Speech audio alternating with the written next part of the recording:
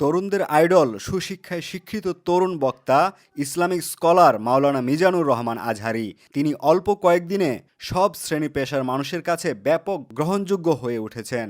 বর্তমানে যে কজন ইসলামী চিন্তাবিদ রয়েছেন তাদের মধ্যে তিনি অন্যতম।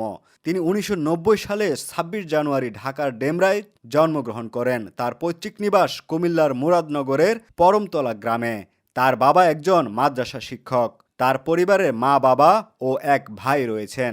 তিনি ঢাকার ডেমরায় অবস্থিত দারুন নাজাত সিদ্দিকিয়া কামিল মাদ্রাসা থেকে 2004 সালে দাখিল পরীক্ষায় জিপিএ 5 পেয়ে উত্তীর্ণ হন।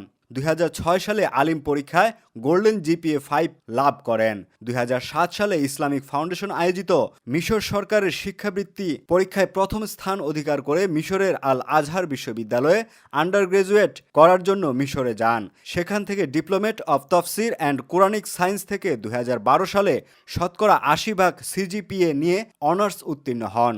মিশরে 5 বছর শিক্ষাজীবন অতিবাহিত করার পর 2013 সালে মালয়েশিয়ায় যান।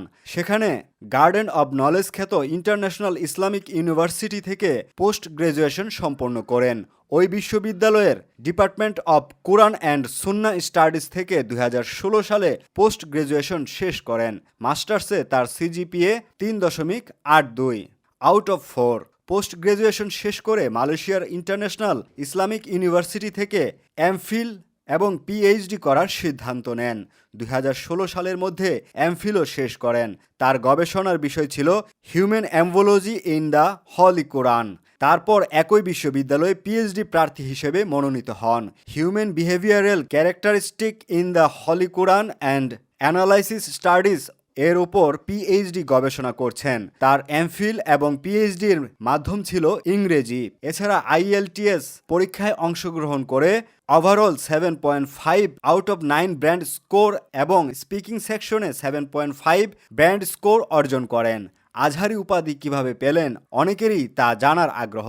তার নাম মিজানুর রহমান, তবে মিশরের আল আজহার বিশ্ববিদ্যালয়ে পড়াশোনার কারণে তার নামের সাথে আজহারী উপাধি যুক্ত হয়েছে।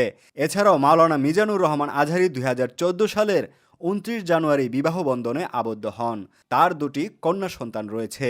ইসলাম ধর্মের অনুশাসন মেনে চলেও জীবনকে স্মার্টভাবে উপস্থাপন করা যায় তা মিজানুর রহমান আজহারীকে দেখলেই বোঝা যায়। তাই এ সময়ের যুবকরা তাকে খুবই পছন্দ করে।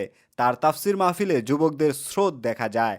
তিনি যুবকদের খুবই পছন্দ করেন। তাফসির মাহফিলে যুবকদের ভালো পথে চলার আহ্বান জানান। এদিকে খুব অল্প সময়ে সুললিত কণ্ঠে কোরআন হাদিসের সহজ সাবলীল আলোচনা করে অসংখ্য মানুষের মনে জায়গা করে নিয়েছেন। তার গবেষণাধর্মী আলোচনার কারণেই তিনি জনপ্রিয় হয়ে উঠেছেন। তিনি বাংলা, আরবি, ইংরেজি ভাষায় খুবই দক্ষ, যে কারণে বিভিন্ন দেশের মানুষ তার আলোচনা বুঝতে পারেন। তিনি বিশ্বের বিভিন্ন দেশ ভ্রমণ করেছেন এবং বিভিন্ন সভা সেমিনারে অংশগ্রহণ করেছেন। বাংলাদেশের প্রেক্ষাপটে সবচেয়ে জনপ্রিয়তা তারই, এমনটাই বলেন অনেকেই। তার উপার্জনের মাধ্যম কি তা অনেকেরই অজানা। সোশ্যাল নেটওয়ার্কের মাধ্যমে তার একটি ফেসবুক আইডি ও একটি অফিসিয়াল ভেরিফাইড ফেসবুক পেজ রয়েছে। ব্যক্তিগত কোনো ইউটিউব চ্যানেল নেই। মাসিক আয় সম্পর্কে সুনির্দিষ্ট কোনো তথ্য পাওয়া যায়নি।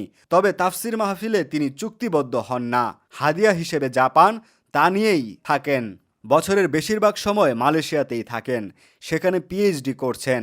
সময় পেলে তাফসির মাহফিল করেন।